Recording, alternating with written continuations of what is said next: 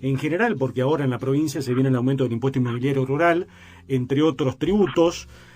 Bueno, la historia es la de siempre, más presión fiscal, y a veces el que decide cuánto se aumenta un impuesto no hace ningún esfuerzo. Esa es la sensación. Ustedes le escuchaban recién a Mariela Gallinger, a Hugo Heinze, hablando de esto, ¿no? De que la clase política, los jueces, no tienen gestos.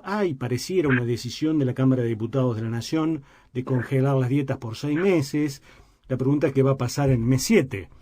Pero es esta sensación de injusticia, ¿no? Unos ponen y los otros no. Esto es lo que de algún modo están reclamando los productores agropecuarios, que el esfuerzo sea más parejo, que todos tiremos del mismo carro y no siempre tiren del carro los mismos. De este tema estamos hablando, vamos a reflexionar en una suerte de charla informal, pero por radio, con Alfredo Montiel Barbará. Seguramente muchos de ustedes los recuerdan. Fue funcionario en la última administración, en la segunda administración del gobernador Sergio Montiel. Fue primero director de ganadería, después secretario de producción, pero sobre todo es productor ganadero, un hombre que conoce profundamente el sector agropecuario en la provincia. Alfredo, buenos días. Danilo Lima te saluda, ¿cómo estás? Buenos días, Danilo, y buenos días a toda la audiencia. Bueno, un poco acá no hay preguntas, simplemente la idea es reflexionar sobre esto que estábamos charlando, planteando al inicio de la nota, ¿no? Pareciera que el esfuerzo no es parejo, pareciera que siempre los que más ponen son siempre los mismos, y la clase política, esto que para muchos ya se ha transformado en una casta, parece que de ahí no hay ningún esfuerzo. ¿Cuál es tu reflexión sobre esto? Bueno, mira, las reflexiones son varias.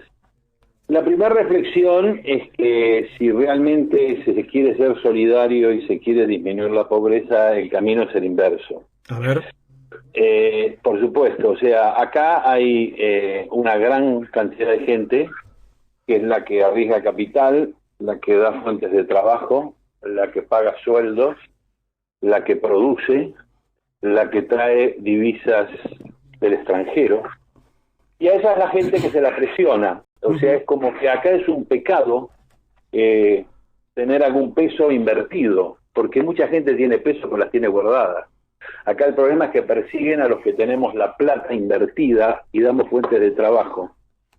Entonces, eso no puede ser, porque con esta presión fiscal monstruosa, eso hace que la gente se retraiga. Entonces, el récord de producción que hemos tenido el año pasado, en récord de trigo, soja, maíz, exportación de carne, el stock ganadero lo recuperamos en 8 millones de cabezas que se habían perdido. Entonces, acá vamos a volver a lo mismo, vamos a volver a la chique, vamos a volver a la cosa chica, a la torta chica con muchas porciones, y cuando uno mira los países que funcionan exactamente al revés. Entonces acá hay un error absoluto de diagnóstico, hay un relato que es mentira, y sobre ese relato se construye que resulta que todos los que trabajamos, damos fuentes de trabajo, pagamos impuestos, somos los responsables de la pobreza. La pobreza, por otro lado, ¿cómo se combate? Se combate estimulando para que la gente de trabajo invierta, lo contrario a lo que están haciendo este gobierno. Y por otro lado, ya no hay que mirar más la lista de los que pagamos impuestos. O sea, acá lo que se busca siempre, a ver, vamos a mirar quiénes son los que pagan impuestos y vamos a aumentar la presión fiscal. ¿Por qué no salen a la calle a cobrar impuestos a los que no pagan? Pues yo estoy cansado de ver lugares donde no se emiten facturas. Claro, pero para eso hay que trabajar, ¿no es cierto? Para eso los inspectores tienen que salir a la calle con los 38 grados de calor, tienen que buscar, tienen que meterse en lugar, posiblemente los insulten. Bueno, esa es la función del funcionario público. Eso es lo que tienen que hacer, aumentar la base impositiva, no aumentar la presión sobre los que estamos en regla. Eso por un lado. Y por otro lado, yo creo que, como vos bien dijiste, no se puede pedir, ya con las tasas que hay hoy, que había a diciembre antes de este gobierno, no se le puede pedir más a la gente sin que la clase política dé el ejemplo. Entonces yo hago una propuesta, se la hago a los amigos, la puse en Change.org, de que así como está legislado un sueldo mínimo, debería estar legislado un sueldo máximo, los 3 poderes. Ajá. Mi criterio es que deberían ser 6 sueldos mínimos. O sea, estamos hablando de 130, 140 mil pesos.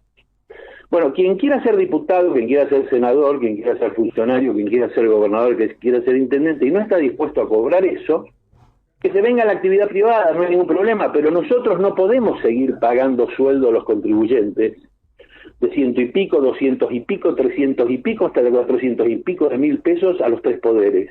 Porque esos son los sueldos. Averiguar lo que es un sueldo de Santo Grande, fíjate lo que cobran los jueces, fíjate lo que cobran los fiscales, fíjate lo que van a cobrar. Sí. Te digo, Alfredo, que con los jueces te quedas muy corto, ¿no? Porque un juez está cobrando, por lo menos ser un juez supremo, ¿no? En Entre Ríos está cobrando 500 mil pesos, un poquito más. Bueno, es una locura. Yo propongo lo de los 6 sueldos, eso tendrán que estudiarlo. Pero si existe un sueldo mínimo, ¿por qué no puede existir un sueldo máximo? ¿Por qué yo tengo que pagar sueldos de 300, 400, 500, 600 mil pesos como contribuyente? ¿Por qué? ¿Por qué lo tengo que hacer cuando hay gente que no le cobran impuestos? Y eso vos lo ves en la calle, no me digas que no. Salís en Paraná a consumir y vas a ver un montón de lugares donde no te dan ticket. Entonces, resumiendo, dejen de molestar a la gente que trabaja. Dejen que el país crezca. Que algún día podemos ser Australia, podemos ser mejor que Australia en corto plazo. Lo que pasa que con esta mentalidad resentida que tiene este gobierno, que piensa 70 años atrás con los ojos en la nuca, en vez de mirar hacia el futuro y ver lo que está pasando en el mundo, existe la India, existe China, existen mercados, o sea, señores, no podemos seguir con leyes sociales de hace 60 años. ¿Se dan cuenta? Hoy en día, ¿cuánto sale despedir a alguien?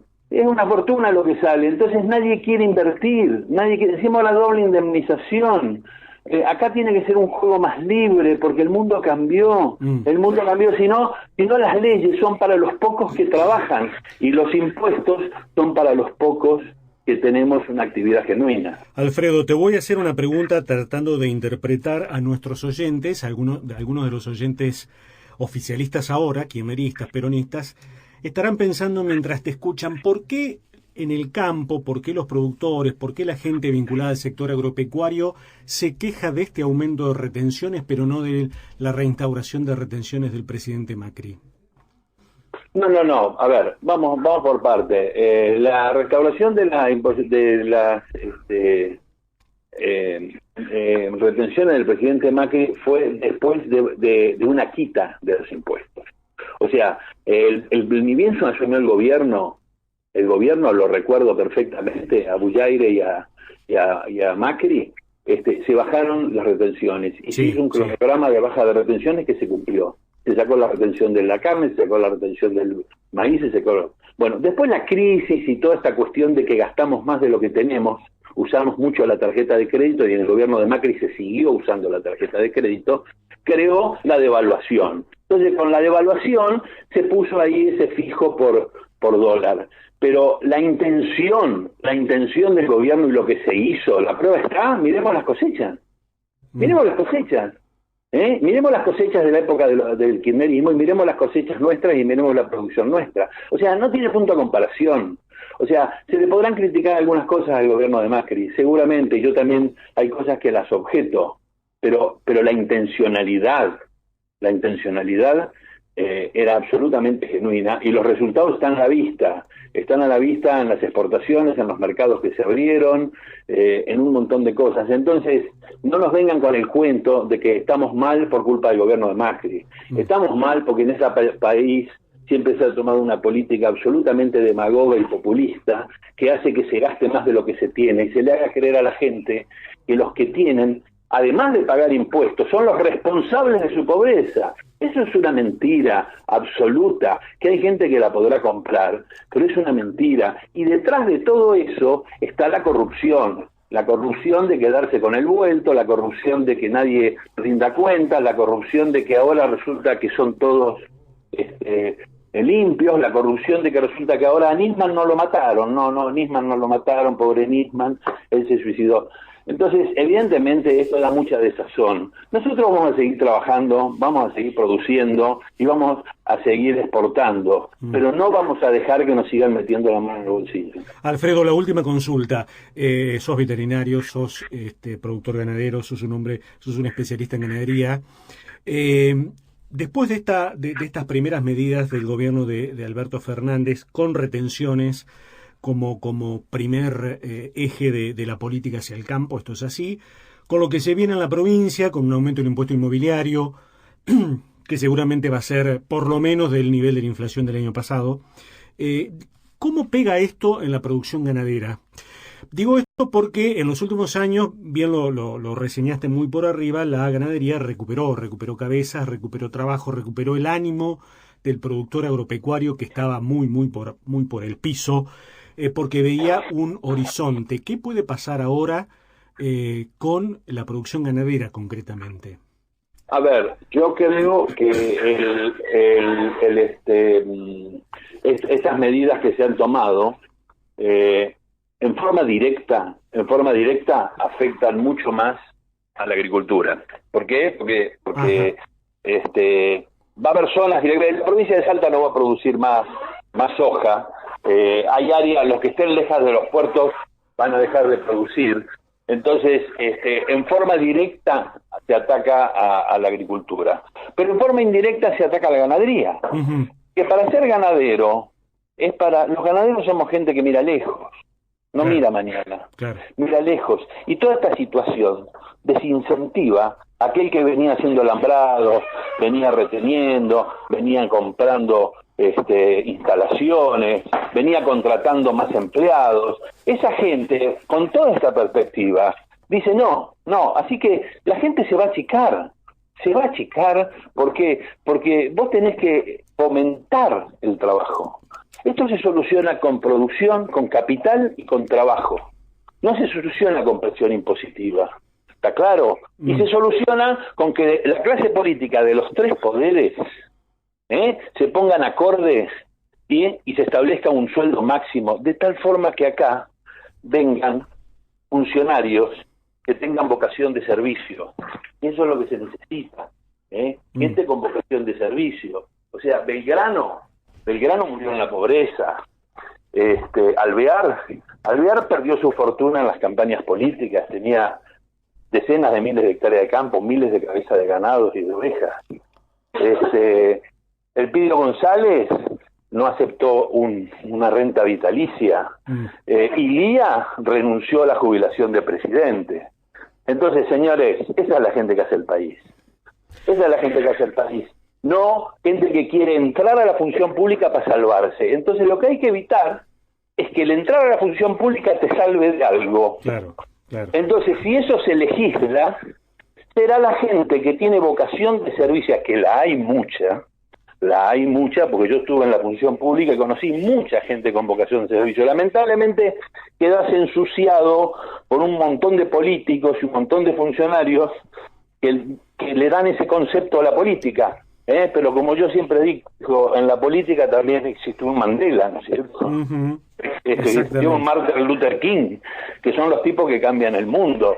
Entonces, si queremos que exista esa gente, démosle la posibilidad que entre a la política. Es así. Pero Alfredo, se nos termina el programa. Muchas gracias. Muy amable, como siempre. Un gusto hablar con vos. Bueno, gracias, Danilo. Abrazo grande. Que esto mejore. Ojalá. Yo tengo esperanza igualmente. Ojalá, tengo esperanza de que se reaccione y mejore todo. Ojalá así sea. Que tengas un buen año, Alfredo. Gracias, querido. Hasta luego. Ahí estaba entonces Alfredo Montiel Barbará. Ustedes lo recordarán, como lo decíamos al presentarlo, ex secretario de la producción en la segunda administración del gobernador Sergio Montiel, ex director de ganadería, pero sobre todo un productor ganadero, un hombre que conoce y mucho la ganadería. Se nos terminó el tiempo, como siempre, amigos. Ha sido un gran gusto compartir este espacio con todos ustedes. Si Dios quiere, nos reencontramos dentro de 7 días y de nuevo, el mejor deseo, los mejores augurios para todos ustedes para este año 2020, que ojalá sea el mejor de los últimos años, por lo menos. Gracias y hasta dentro de 7 días. Hasta aquí, Código Campo. Nos reencontramos la semana que viene. a la misma hora, en Código Campo, el lugar del campo en la ciudad. Gracias. Que agita su marco